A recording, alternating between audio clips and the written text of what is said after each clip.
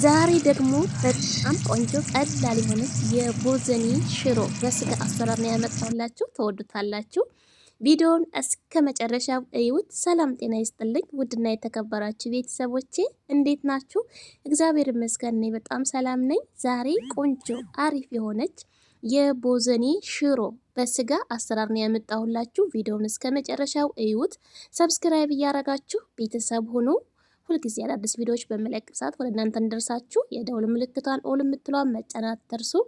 ነባር ቤተሰቦቼ ደግሞ ላይክ ሼር እያረጋችሁ ወደ አሰራሩ እናልፋለን። ዛሬ ለየት ያለ ነው የምሰራው። በመጀመሪያ ትንሽ ዘይት ያስፈልገናል። ብዙ ዘይት አላበዛም፣ በቅቤ ነው የምሰራው። ቪዲዮውን እስከ መጨረሻው እዩት ማለት ነው። እዚህ ጋር እንደምትመለከቱኝ 3 ራስ ሽንኩርት ነው የተጠቀምኩት። ያው መካከለኛ ነው፣ በጣም ትልቅም አይደለም። እነሱም በዚህ በደቃቁ አድርጌ ከትፍ ያለው እንዳያችሁ። ትንሽ ዘይት ካረኩ በኋላ በደንብ አድርጌ አቁላለዋለሁ። ቅቤ ጨምራለሁ። የገበታ ቅቤ ነው በነገራችን ላይ የጨመርኩት። በጣም ቆንጆ ነው። እንደዚህ አድርግና ሽንኩርቱን በደንብ አድርጌ አቁላለዋለሁኝ። በጣም ቆንጆ ናት። እጥር ምጥን ያለች። እኔ አነስ አድርጌ ነው ዛሬ የምሰራው። እዚህ ጋር 2 የሾርባ ማንኪያ የሚሆን በርበሬ ጨምራለሁኝ። በርበሬና ሽንኩርቱን በደንብ አድርጌ ጥብስ አደርገዋለሁኝ ማለት ነው። ማለት ብዙም አያቃጥልም በርበሬ ግን ቢሆንም በደንብ ጥብስ ሲል ጥሩ ጣዕምና ቆንጆ ጣዕምና ይኖረዋል ማለት ነው። እንደዚህ እንደምትመለከቱኝ ውሃ ጠብ እያደረኩኝ ከሽንኩርቱ ጋር በደንብ አድርጌ በርበሬን አቁላለዋለሁ። በደንብ ሆኖ መቁላላት አለበት። እኔ እሳቱን ቅንስ አድርጌ ነው፣ ያው ግን ቪዲዮ እንዳይረዝም እኔ አጠር እያረኩ ነው እዚህ የሚያሳያችሁ ማለት ነው።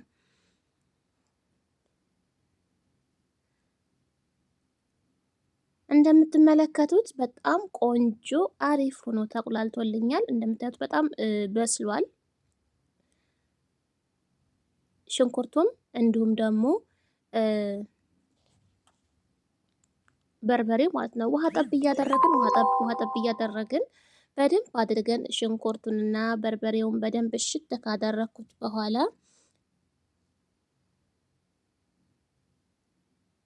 የእውነት ነው የምላችሁ፣ ሞክሩት። በጣም ቆንጆ ጣዕም አለው። ሞክሩት። እዚህ ላይ የተፈጨ ቲማቲም ነው የጨመርኩት። ፍሬሽ ቲማቲም ግን የፈጭቼ ፍሬዘር ስለማስቀምጠው ለዛ ትንሽ ተልጅ ወይ ደግሞ እንትን አለው ማለት ነው፣ በረዶ አለውና ጨምረዋለሁኝ። በደንብ ሆኖ እስኪቁላላ ድረስ ጠብቀዋለሁ። ነጭ ሽንኩርትና ጂንጅብል በአንድ ላይ የተፈጨ እሱን ጨምራለሁ። ቁንዶ በርበሬ ጨምራለሁ ወይ ደግሞ ብላክ ፔፐር ጨምራለሁ ማለት ነው። እዚህ ጋር በደንብ አድርጌ ሁሉንም ጥብስ አደርገዋለሁኝ። ከፈለጋችሁ እናንተ የቲማቲም ድልህ መጨመር ትችላላችሁ። እኔ ግን በርበሬው በቂ ነው። እንደገና ደግሞ ሽሮዬ ምጥን ሽሮ ስለሆነ አያስፈልገውም ማለት ነውና የጨመርኩት በርበሬ ብቻ ነው ማለት ነው። እና የቲማቲም ድልህ መጨመር ትችላላችሁ። እዚህ ጋር እንደምትመለከቱት ስጋው ፍሬዘር ላይ ነበር እና ከፍሬዘር አውጥቼ ከትፌ አጥቤው ነው። በዚህ ከለር ትንሽ ቀይሯል፣ ከቀይነት ትንሽ። ለምን በደንብ አድርጌ አጥቤዋለሁ ስላጠብኩት ነው ማለት ነው። የበሬ ስጋ ነው። በዚህ መልኩ ነው የከተፍኩት ስጋውን ማለት ነው። በደንብ አድርጌ ጠብሰዋለሁ። እንደዚህ አድርጌ ከሽንኩርቱ ጋር ከቲማቲሙ ጋር በደንብ ሆኖ ጥብስ እስኪል ድረስ እንጠብቀዋለን ማለት ነው። ክድን እያደረግን እሳታችንን ቅንስ እያደረግን በደንብ አድርገን እንጠብሰዋለን።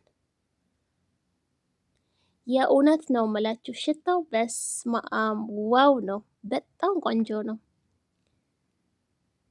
እዚህ ጋር የተጠቀምኩት ምጥን ሽሮ ነው።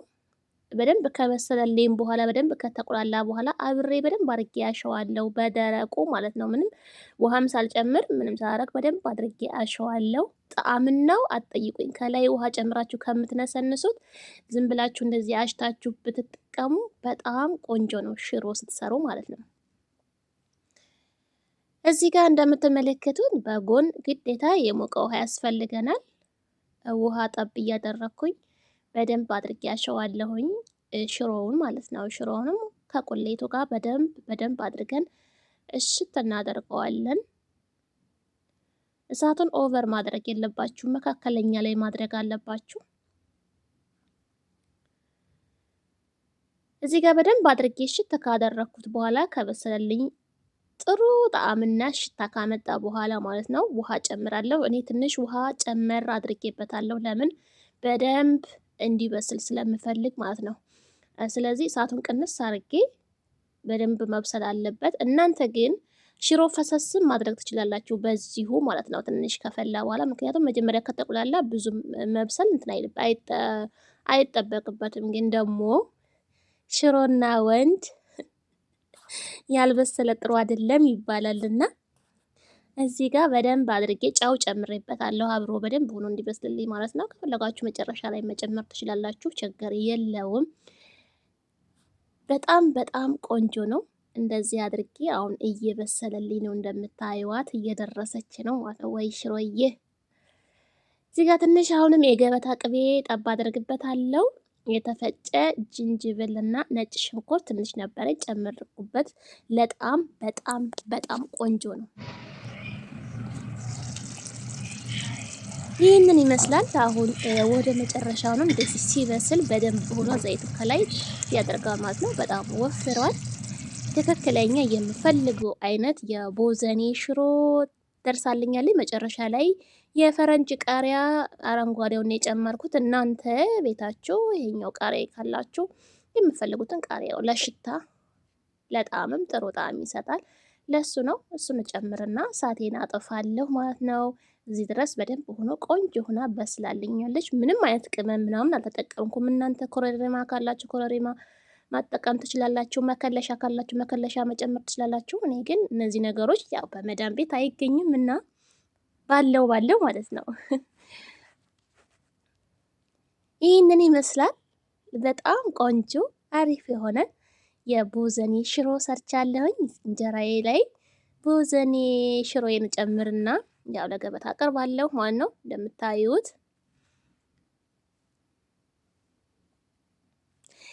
ይህንን ይመስላል። በጣም በጣም ቆንጆ ነው። በጣም አሪፍ ነው። እንደምትወዱት ደግሞ ተስፋ አደርጋለሁ። በነገራችን ላይ ሰብስክራይብ ያደረጋችሁ ቤተሰብ ሆኑ። በጎን አይብ ሰርቼ ነበረ። የአይብ አሰራር ደግሞ ሰርቼ ቪዲዮ ለቀቅ ያለሁኝ እዩት።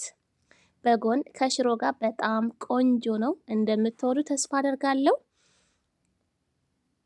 ላይክ ሼር እያደረጋችሁ ከወደዳችሁት ማለት ነው ለቤተሰብ ለዘመድ ጓደኞች ሼር አድርጉላቸው። የዛሬው ቪዲዮ ይህን ይመስላል። በሌላ እስክንገናኝ ባይ ባይ።